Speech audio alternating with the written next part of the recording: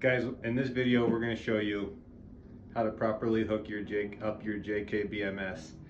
Now you can hook up to 24 cells, but you don't need to have that many cells. This will manage just about any type of batteries, but no more than 24 cells, okay?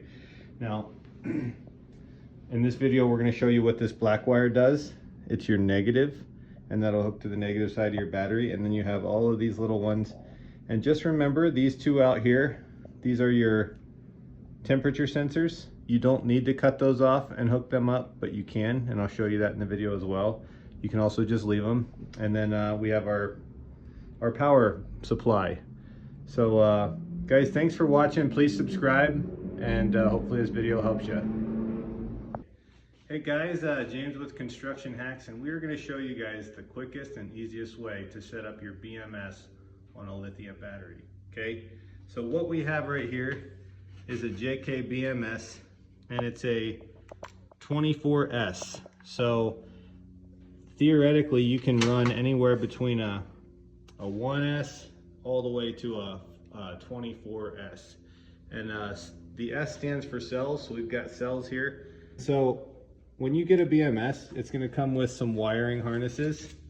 Here's one, and it has a black wire, okay? That's important, okay? And I'll show you why. And this is the one we're going to focus on. Okay, so see the bottom of your BMS here, and you can see it has a B minus right there. That B minus is where that black wire is going to go. So that black wire is going to plug right into that B minus right there, okay? So we're going to start on our negative terminal. So the BMS has a B minus. That B minus goes to the negative side of the battery terminal, and then this goes to your power supply, okay? Now what I'd like to do is get some crimps here, and I'll show you what they look like. These crimps right here, just single crimps, and I like to crimp the double line on here into a single line, because it really simplifies things. I did the same thing on the other side, okay?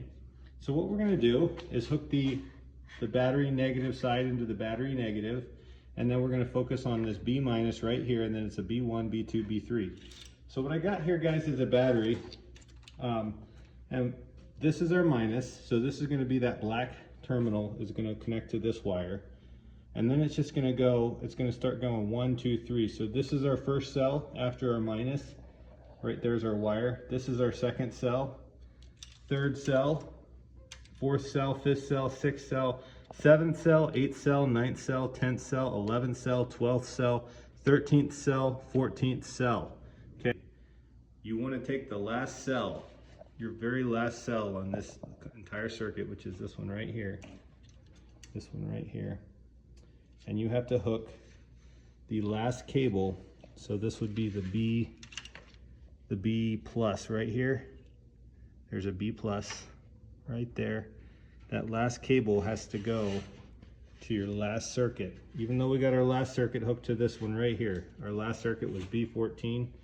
We are also going to cut all these other wires off. So watch what I do here. I'm going to cut all those wires off because they're not needed. Okay, I'm going to plug this in right here. Guys, I like to get these little shrink tubes here, and then put the wires together and shrink tube them. Gives it a really good seal. And so this last circuit, like I said, all three of these are going to hook up. You're going to have your 13th right there in the middle, and then your very last one's going to be a plus.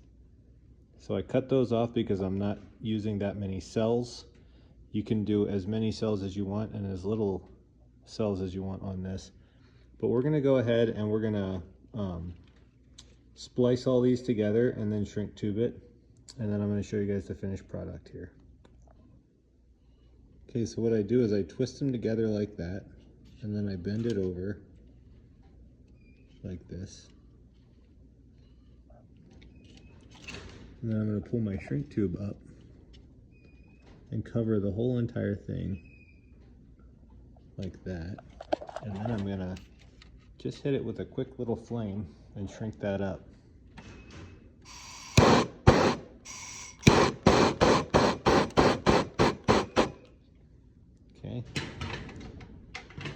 and then you get once it cools down, you get a nice tight bond like this.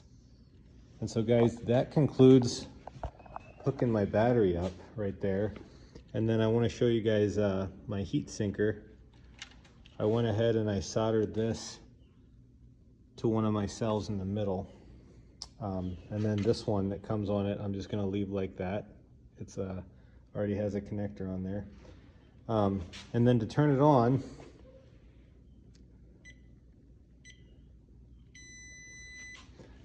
and then I'm going to show you guys, you get the app right there, and then I'm going to show you guys a screenshot of it here. Okay guys, go into the App Store and search for BMS and click on that one right there and install. Okay guys, it's going to ask for a password. It's 1234. And that'll allow you to pair up with it. And then you're going to start to see all of the cells that you have listed. So this one is an actual 24 cell, so we see all 24. What is this one? That's just balancing. Okay, so then we're going to go to control, and it's going to ask for a password. This one is 123456.